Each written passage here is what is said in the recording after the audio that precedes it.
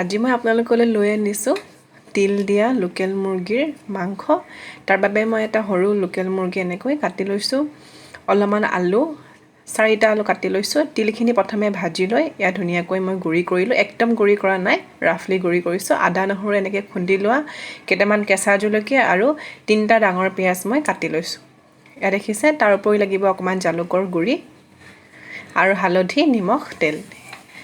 আৰু এই ৰেচিপিটো বহুত বেছি হেল্ডি হয়, বহুত কুইক ৰেচিপি, একদম কম সময়তে হৈ যায়। এয়া মই কুকাৰত বনাম। গেছটো মই অন কৰিলোঁ, অন কৰি পেলাই কুকাৰটো গৰম হ'ব দিলোঁ আৰু প্ৰায় 4 টেবুল স্পুনমান 4 টেবুল চামুচমান কি কৰিছোঁ, মিঠাতেল দিছোঁ। আপোনালোকে এইবিলাকত এনেকুৱা থলুৱা যদি খাদ্য ৰান্ধে তেতিয়াহ'লে মিঠাতেল ব্যৱহাৰ কৰিব, তেতিয়া বেছি ভাল হয় সোৱাদটো। মিঠাতেল মই দিলোঁ আৰু এইখিনি গৰম হ'ব দিলোঁ। এয়া দেখিছে তেলখিনি পকাৰ পাছত মই এতিয়া আৰম্ভ কৰিম। আপোনালোকে এইটো কেৰাহীটো বনাব পাৰে, কিন্তু মই কুকাৰটো কাৰণে বনাইছোঁ। বহুত কুইক হৈ যায় ৰেচিপিটো, চিটি মৰাৰ পিছতে বহুত জল্দি হৈয়ে যায়। গতিকে আপোনালোকে কুকাৰ বেছি প্ৰিফাৰ কৰিব। এয়া দেখিছে মই ইয়াত পিঁয়াজ আৰু জলকীয়া ধুনীয়াকৈ দিলোঁ। তাৰপিছত মই ইয়াত দিম আদা আৰু নহৰু খুন্দি লোৱা। যিখিনি আদা নহৰু খুন্দি লৈছিলোঁ, নহৰু প্ৰায় 10 ফুটা আৰু আদা ডাঙৰ টুকুৰা এটা লৈছিলোঁ। এই আদা নহৰুখিনি দিলোঁ। আপোনালোকে আকৌ এইখিনি আপোনালোকে কেৰাহীতে বনাব পাৰে। নৰ্মেলি যেনেকৈ আমি চিকেন বনাওঁ কেৰাহীত, তেনেকৈ গোটেইখিনি ছেইম প্ৰচেছ। চিটি নমৰাকৈ ঢাকি দিলে হ'ল, পানী দি পেলাই সিজালৈকে। কিন্তু কুকাৰত বনালে বহুত সোনকালেই হৈ যায়। এয়া দেখিছে এইখিনি গল্ডেন ব্ৰাউন হৈ গ'ল, পিঁয়াজখিনি ৰঙচুৱা হৈ আহিলে আৰু আদা নহৰুখিনি ভাজ খালে। আপোনালোকে এটা কথা মন কৰিব, আদা নহৰুখিনি ভালকৈ ভাজ খাবলৈ যাব, নহ'লে কি হ'ব, কেঁচা গোন্ধ থাকি যাব। এতিয়া মই ইয়াত দি দিম যিখিনি চিকেন লৈছিলোঁ। এটা সৰু মুৰ্গী কাটি লৈছোঁ। অকণমান সৰু মুৰ্গী হ'লে খাবলৈ বেছি ভাল হয় জোলকণ। তিলৰ গোন্ধ এনেও বহুত বেছি ভাল লাগে, গতিকে তিলৰ সৈতে মাংসটো আৰু ক'বই নালাগে কিমান বেছি ভাল লাগে খাবলৈ। এবাৰ ট্ৰাই কৰি চাব, বহুতেই উজু হয়। আলহী আহিলে বনাব পাৰিব বা ঘৰতো কেতিয়াবা মাংস খাওঁতে এনেকৈ ৰান্ধি চাব। মই এতিয়া হালধি দিলোঁ 1 চামুচ আৰু নিমখ 1.5 চামুচমান দিছোঁ আন্দাজ মতে। আপোনালোকে যদি জ্বলা বেছি ভাল পায়, জ্বলাৰ পৰিমাণটো অলপ বঢ়াব পাৰে। এয়া দেখিছে গোটেইখিনি হালধি, নিমখ, পিঁয়াজ, মাংস ভালদৰে মিক্স কৰিলোঁ, মিহলি কৰি অলপ ভাজি ল'লোঁ। ভজাৰ পিছত এয়া দি দিলোঁ আলুখিনি। এয়া দেখিছে সকলোখিনি ভালকৈ মিক্স কৰাৰ পিছত মই ঢাকন লগালোঁ। ঢাকন লগোৱাৰ পিছত দেখিছে আৰু 5 মিনিটৰ পিছত মই উলটিয়াই চাইছোঁ।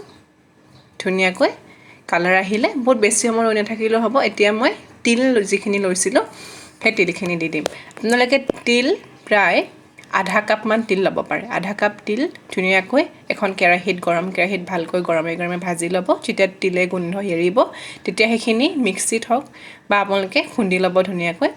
বহুত বেছি পাউডাৰ কৰি নেপেলাব। তিলৰ যিখিনি গুড়ি হয় অকণমান ৰাফকৈ ৰাখিব। এয়া দেখিছে সকলোখিনি ভালকৈ মিহলি কৰিলোঁ। এতিয়া মই ইয়াত দিম পানী। একেবাৰে উজু ৰেচিপি, একদম কুইক ৰেচিপি, কিন্তু আপোনালোকে জোলকণ এবাৰ খাই চাব। এই মাংসৰ জোলকণ ইমান বেছি সোৱাদ লগা হয়, ভাতৰ লগত খাবলৈ বহুত ভাল লাগে। এয়া চাওক সকলোখিনি ভালকৈ মিহলি কৰিলোঁ। মিহলি কৰাৰ পিছত আপোনালোকে যদি নিমখটো অকণমান টেষ্ট কৰি চাব, যদি নিমখ কম হৈ যায় আপোনালোকে অলপমান বঢ়াই দিব। এয়া গোটেইখিনি মিহলি হ'ল। এতিয়া মই এখন ঢাকন লগাই জালুক দিলোঁ। এতিয়া তাৰ আগতে জালুক গুড়ি 1 চামুচ দিয়া নাই, আধা চামুচমান দিছোঁ, কাৰণ মই কেঁচা জলকীয়াও দিছোঁ। বহুত বেছি জালুক দি দিলে জ্বলাটো অতিৰিক্ত হৈ যাব।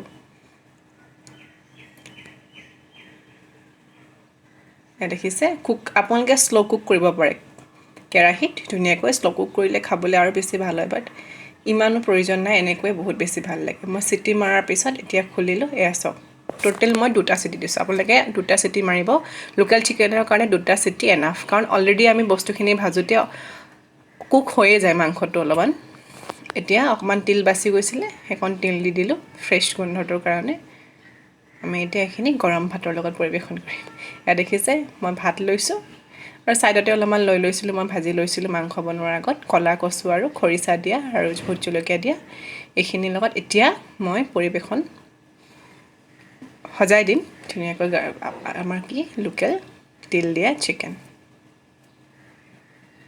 চাওক গোন্ধটো লোকেল মুৰ্গী গোন্ধ আমি চিম্পলকৈ যেতিয়া ৰান্ধোঁ আদা নহৰু পিঁয়াজ সৰহকৈ দি এনেই ভাল লাগে। তাৰ লগত যেতিয়া তিল দি দিয়া হয়, মুৰ্গীৰ মাংসৰ জোলকণ খাবলৈ বহুত বেছি সোৱাদ ভৰা হৈ যায়। বিশেষকৈ আলহী আহিলে আপোনালোকে ৰান্ধিব পাৰে, বহুত ফটাফট কামখিনি ধুনীয়াকৈ বস্তুখিনি ৰেডি কৰি ল'লে মানে কুকাৰ দি দিয়াৰ লগে লগে মাংসও সিজে আলুও সিজে ধুনীয়াকৈ হৈ যায় আপোনালোকে বেলেগ চব্জি দিব পাৰে ইয়াত স্কোৱাছ বা কিবা এনেকৈ ধৰণৰ লাও দিব পাৰিব কিন্তু আলু আৰু মাংস বেছি ভাল লাগে এয়া চাওক কালাৰ বহুত বেছি ধুনীয়া হৈছে আৰু এটা ইয়াতে কথা কওঁ যে আপোনালোকে হালধিও ইচ্ছা কৰিলে নিদিবও পাৰে কিন্তু মই হালধি দিছোঁ কালাৰটো বেছি ধুনীয়া হয় এয়া গৰম ভাতৰ লগত তিল দিয়া লোকেল মুৰ্গীৰ থলুৱা আঞ্জা থেংক ইউ